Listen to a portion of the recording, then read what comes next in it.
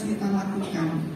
Ya, satu sisi kita juga ingin menyelamatkan diri ya Bapak Ibu, kalau kondisinya sangat-sangat buruk, masa kita terus berada di sana? Ya, jadi istilahnya ngapain di sana, nanti kamu seperti kodok dalam tempurung mati lemas di dalam lubang itu terus. Padahal kita bisa menyelamatkan diri. Benar sih, secara kejiwaan kita juga perlu menyelamatkan diri kita ketika kita dalam kondisi yang tidak baik. Nah, apa yang saya katakan adalah selesaikan hutang ini dengan proses energi. Artinya apa? Kalau memang secara berfisik kita misalkan dipukulin terus, tidak berdaya atau mendapat kekerasan, zaman ini kan sudah ada undang-undangnya ya, mungkin kita bisa melakukan prosedur dengan baik sesuai dengan prosedur yang ada. Tetapi jangan lari. Larinya apa? Jangan pergi begitu saja tanpa menyelesaikan hutang kalian. Maksudnya apa? Lari membawa dendam, kemarahan, kebencian, trauma buruk yang akhirnya ujung-ujungnya akan berulang kembali. Kenapa? Karena kita yang terus merekam dan membawa energinya. Jadi yang perlu kita lakukan adalah oke, kita tahu kita berhubungan seperti tadi, ada hal buruk, selesaikan dengan proses minta maaf dan memaafkan. Dan damai di sini. Tidak ada gerundelan lagi. Oke, saya memang sampai di sini damai.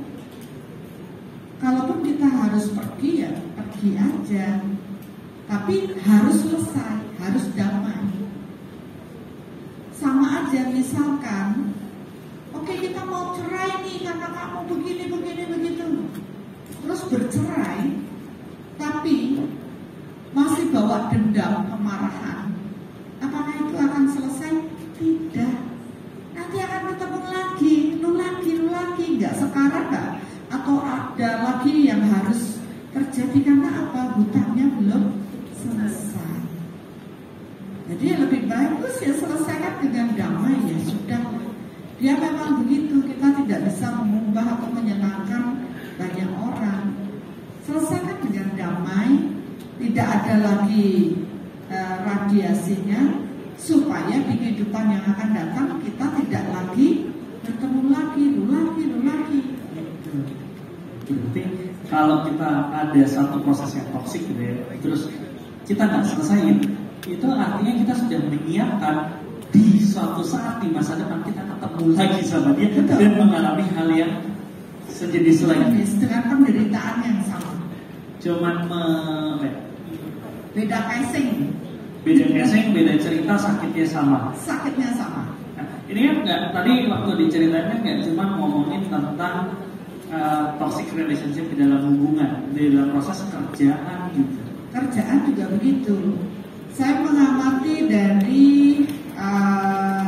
teman-teman ya atau orang-orang ketika mereka ingin pindah kerjaan, saya bilang selesaikan dulu hutangnya di sana. Jangan membawa kemarahan untuk pindah pada kerjaan lain. Selesaikan dulu semua rasa-rasa yang tidak nyaman. Berdamailah di situ, baru pindah.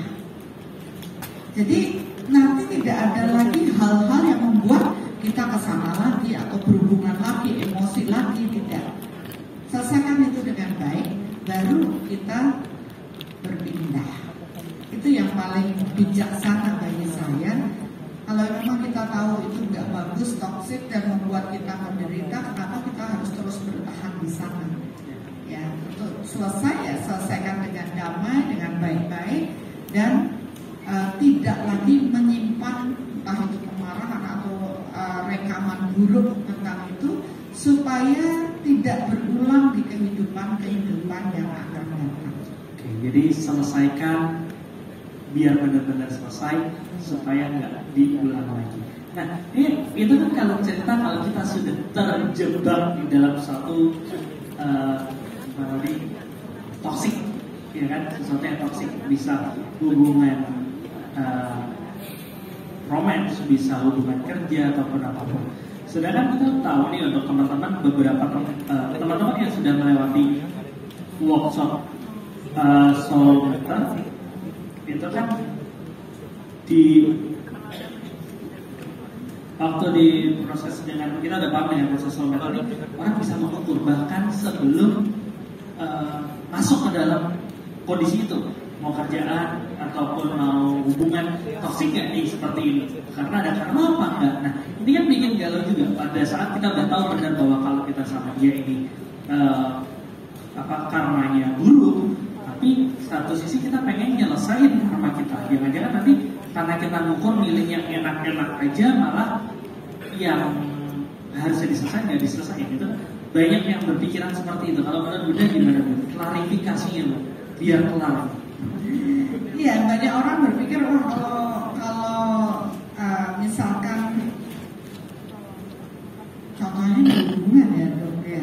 Jadi kalau orang berhubungan mau pilih jodoh gitu ya, mau nikah sama siapa, kita kalau disuruh kan ada mengetahui di balik ini karmanya apa, karma yang terbentuk apa. Apakah kita berjodoh akan menjadi baik karena rekaman baik sehingga kalau kita bersama akan baik atau tidak.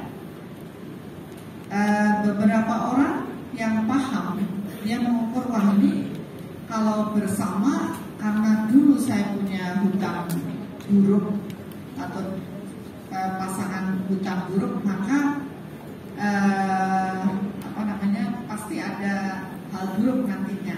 Tapi adong cinta Bunda, sudah adong cinta mau gimana ya? Tai kucing aja rasa coklat katanya. Nah, kita mau nggak mau kan sudah adong cinta. Oh ya nggak apa-apa, itu pilihan lagi. Begitu pilih menikah, benar akhirnya seperti yang terukur karena karma itu. Dan terus mau gimana? Ya proses kalau mau bersama bertumbuh adalah dengan proses menyelesaikan, bertoleransi, bertumbuh bersama. Akhirnya mereka bisa saling memahami dan membentuk karma baru yang baik, yang akhirnya mereka bisa bersama dengan baik.